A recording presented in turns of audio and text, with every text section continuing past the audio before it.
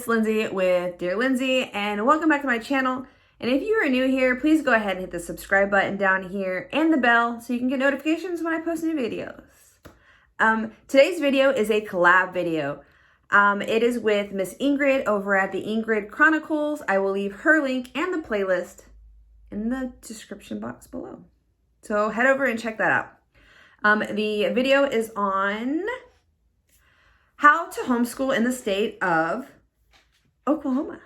Because if you guys don't know, I'm from Oklahoma and I homeschool in the great state of Oklahoma.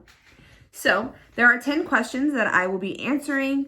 And hopefully this gives you insight on homeschooling in Oklahoma. And if you are planning to homeschool, hopefully this gives you insight. And if Oklahoma is not your state, be sure to check out the playlist to see if your state is in there. So let's jump into this. Okay, number 1, does your state require notice of intent to homeschool? No, we do not have to tell anybody that we are homeschooling at all. Oklahoma is one of the best states to homeschool in, hands down. It's in our Constitution, so we have that right. And if I look over here, it's because I have my questions pulled up over here.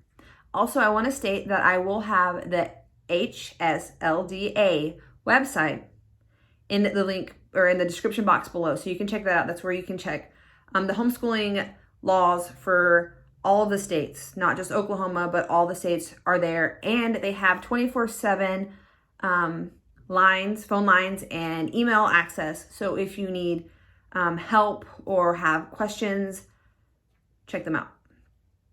Okay, number 2. What is the compulsory attendance school age in your state?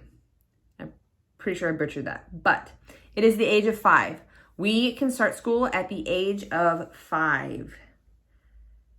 Number 3, what are the options of complying with the homeschool laws in the state of Oklahoma?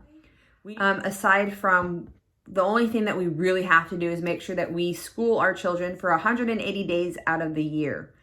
Pretty much just like a normal school year. So they have to be schooled for 180 days. That's pretty much all that we have to really worry about. What are the record keeping requirements for our homeschool in the state of Oklahoma? We don't have to keep records. We do not have to keep records at all, but I will say I do recommend keeping records because you never know when things can change. And God forbid anything changes in our homeschool realm of Oklahoma. But it is always good to have record, especially if you have to move out of state.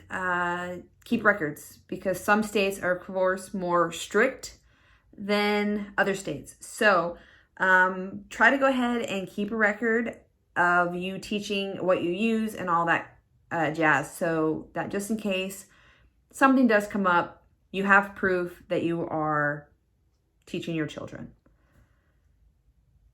What is the process of withdrawing your child from his or her current school in the state of Oklahoma? If you currently have a child in public school, then you would need to send in a letter letting them know that you have decided to withdraw your child and that you intend to homeschool them until further notice. So, and I believe you can get the form on the website that I mentioned a little bit ago. So I will have that in the description box below. So you can print out a form, fill it out, and send it in. Also, make sure you keep a copy of that just in case anything happens, because we know how things go with paperwork. Sometimes it can get lost. So make sure you keep a record for yourself as well. Are standardized tests required in the state of Oklahoma? No. As homeschoolers, we do not have to take standardized tests. Do you need to possess home instructor qualifications in the state of Oklahoma? No, you do not have to have any certain qualifications to teach your children at home in the state of Oklahoma. What are the required subjects you must teach in the state of Oklahoma? Although Oklahoma does not have set requirements, they do say that they would like you to teach the normal subjects. So math, reading, science, and history.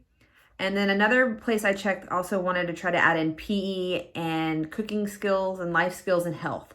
So as long as you're in those lines, which most people are when they're teaching their children, you're fine.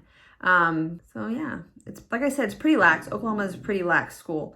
Do you need to maintain a portfolio in the state of Oklahoma? No, you do not need a portfolio. But again, I will say that it is helpful if you keep a record or records of what you're teaching and what you're using to teach the children, so that if you have to move, you have them. Or if somebody has to come to your house for something, I don't even know why they would do that, but you have a record of it.